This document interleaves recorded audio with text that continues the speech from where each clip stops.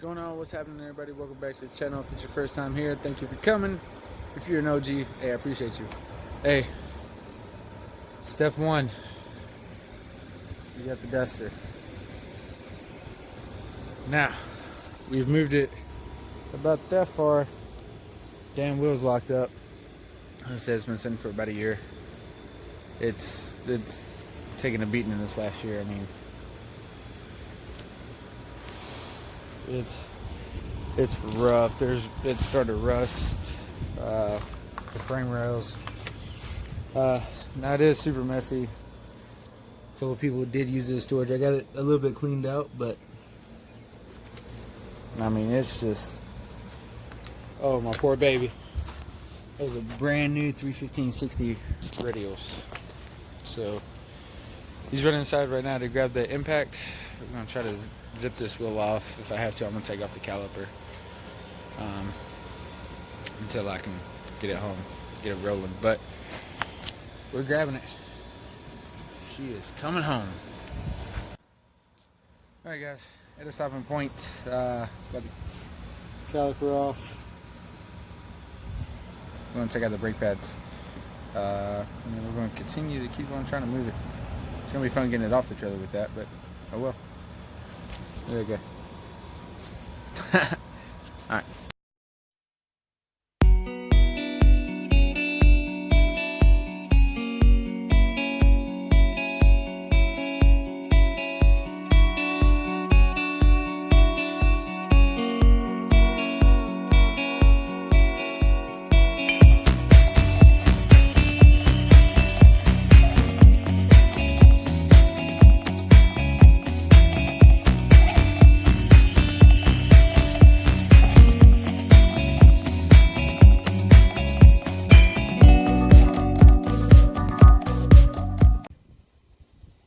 Guys, so finally show you around the duster. I've been waiting patiently to get this thing back home.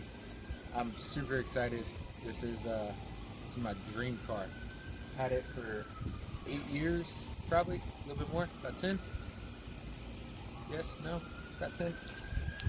This went through a whole bunch of changes, but now it's gonna go through another big one.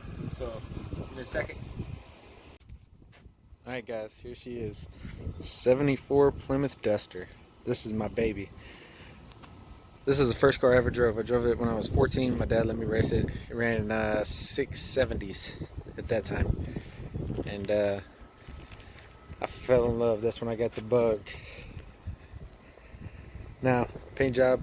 It's going to need a paint job. As you see, this is from many years of putting the hood on. There's the hood. Don't have a motor. Got one for it, but I don't know what I'm going to do with it. So I got a power glide. I know for sure the power glide's going in there. We're getting rid of this big old K member. If y'all know anything about Mopar suspensions, we have torsion bars. Yikes. Getting rid of all that. Still got my radiator. It's a dual pass 3-core. Be cool. Alright, now excuse the inside. My dad kind of used it as a storage. I kind of washed it yesterday, but we have not cleaned inside, so she's super dirty. But I basically took everything out, and I'll tell you why here in a minute. I love these door panels. Corey Todd tubbed it, put the door panels in it. As you see, it's full tub. A lot of people's gonna say, oh, it's not a street car. It's tubbed. It's got a roll cage. It is mild steel. Eventually we're gonna cut it all out, go to a chrome molly. Get rid of these. You thought the seats in the Mustang were bad. Woo! Yeah, I went through a phase. We got a power glide shifter. We got to rebuild some rocker arms for a motor that we might be putting in it. So 15x12s with the 315/60 radial. The best part about this car is, come on down here with me. Now, whenever I took it down to Tennessee, there was not even surface rust on this car, and it's set for 9 months. It did have that hole, and see, spider webs.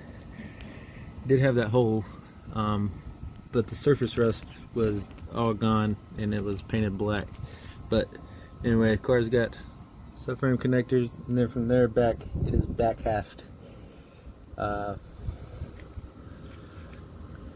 you see it's a ladder bar set up. I'm gonna have to get this car up, clean all this up, hit it with the wire wheel. Might put some floor pans in there, or I might just patch that. Alright, moving on to the trunk. Like I said, yeah, it's dirty. It's super embarrassing. God, I can't believe it got this bad. But it's all aluminum. Cage comes down, ties in the upper shock mounter up there. That was a sticker that was left in here. I started pulling it out, so we're gonna have to get rid of all that. That's like some sort of RTV and stuff, and it's set underneath trees. I mean, as you see, like, I haven't even touched all that. That's what all of it looked like. All right, coming on down. Here we get a Dana. It's got a posi track. It's a 410 gear. We're gonna keep the 410s for sure, and go to a spool with Dr. Diff 35 slide axles. Right before that last 440 gave up on me, I just bought these brand new 315/60 radials. Kind of upset about that. They just been sitting, they're probably junk at this point, but oh well. But this is the new project on the channel. You know, like I said, this is my dream car. I've had it for about 10 years. It's went through a whole bunch of different motors, 383, 400, a 451, and 2 or 3 440s since I've had it. Big block Mopars really don't like RPM and nitrous. Just throwing that out there. So yeah, there she is in all her glory. So once we're done with the car, it's going to be a project. It's going to take a long time, but if you stick with me, you'll see it go from this into hopefully something beautiful and super fast. But there's a couple of different routes I want to go. I don't really know which one I'm gonna do. Here, let's go over them right quick. Alright, so once again, excuse the mess, I just moved in. We're still sorting things out. So here we have a 383 Mopar big block. I don't even have main caps for it. I'm thinking about going this option with a 438 stroker kit, you know, billet mains, all that good stuff. There's the glide, and you know, some decent heads, probably some Pro Max. I really want to go trick flows, but the bore still won't be big enough even at 60 over. And a blow through carb setup with a single 94. That's option one. Option two is everybody's favorite, right? The Turbo LS. I really wanted to do LS. That's why I sold everything out of the car. I sold the last 440. All that did was, it didn't even blow up. I took a cam down, lost a few lobes. So I took everything out, the tack, the 727 that was in it, you know, the 440, the heads, everything. I sold everything.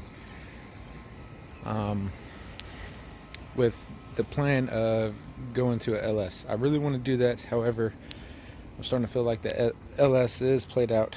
However, it is really cheap horsepower, and it will really make, you know, so much simpler. I mean, the Holly Terminator is $1,000. I mean, how can you really beat that? Lil John Motorsports cam kit, right?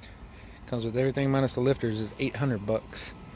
You know, some pistons for the LQ4 is $600, and then I have probably a 5.0 car with the iron-headed big block Mopar in this thing with me in it. This car weighed 3157.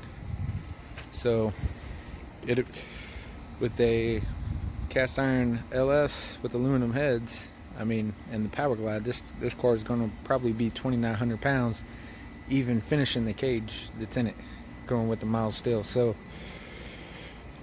I just don't know what to do. So let me know what you would like to do, what you would like to see. Help me with this decision. All right, guys, so just did a little quick calculation, right? So I don't know how well you can see that, but so with the 438, we already have the blocks, so we ain't gonna pay for that. But stroker kit, heads, cam lifters, push rods, just the basics, right? $7,508 is what I'm coming up with. Obviously, plus machine work, bearings, all that good stuff. Same thing with the LS. So the engine, 700, pistons, 800. You know, some trick flow heads, intakes, fuel rails, starter bodies, injectors, the cam kit, trunnion upgrade, and the ECU, 6850. Now, I think it'd be way cooler to go with the big block Mopar, because not a lot of people do it, right? But at the same time, the biggest downfall to that is the blow through. So I'm at a standstill. I could put an EFI kit on a big block Mopar, but I'm trying. That's a lot of money, because you got to figure another $400 for a crank trigger. We automatically have to go with either the HP or the Dominator ECU. I really want to go with the Holly, but I guess I could go with like a Mega Squared or MS3 Pro or something like that. Yeah, then, you know, crank triggers, cam sensors, all that good stuff. So I really don't know what I'm going to do with it yet. The main thing I want to do right now is just get the suspension and the chassis set up. So next thing we're probably going to do to it is get it up off the ground. We're going to take a wire wheel underneath to get all that surface rust off and go ahead and undercoat it. You know, start getting all that rust where it's been sitting. And then from there, you know, sky's the limit. We'll start rebuilding the ladder bar kit. We'll go put the spool in it, put some new axles in it, and then go from there. And then hopefully by then we make our mind up. I appreciate you guys watching. As you can tell, I'm super excited about this project. I hope you are too. If you are, slap that subscribe button there somewhere. Give the video a big thumbs up and let me know down in the comments what you think would be a better option. So once again, guys, I appreciate you, and I'll catch you in the next one. Peace.